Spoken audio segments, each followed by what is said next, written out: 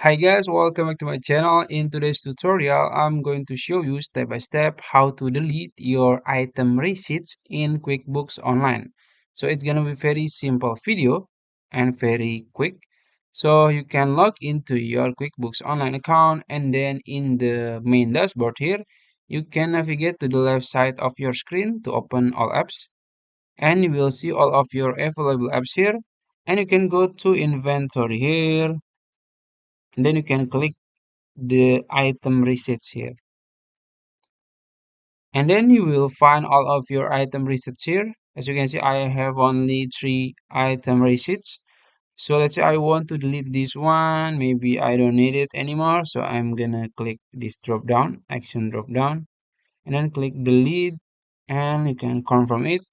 Make sure it's correct because if it's not, it will be very, problematic.